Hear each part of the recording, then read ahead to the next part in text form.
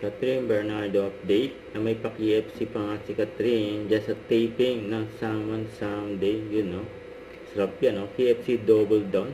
Ay masaya ang mga staff and crew at mga cast ng Salmon Someday, yun no.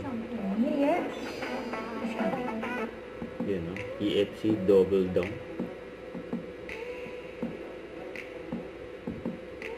Ayun no, noodle pa nga ni Catherine.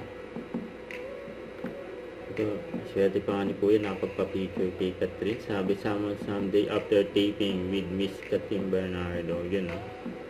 Kung sino nag-decide sa Dreamscape or sa ABS, good job po.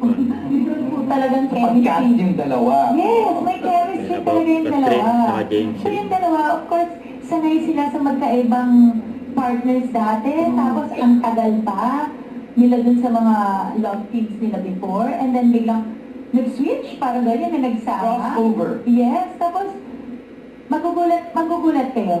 Agnihakas ng chemistry ng dalawa. Hindi ko sinasabi dahil may show kami. Nag-ano pa lang kami, look test. Wala pa kaming take, nagdikit lang yung dalawa dun sa dining table. Sabi ko, ay, cute kayo. Kasi nag-blush, namula yung dalawa. Sabi ko, magka-work ha. Kasi cute. Cute talaga. Yung dalawa, go ahead. Go. No, ang gusto ko sabihin, yun lang yung dalawang yun.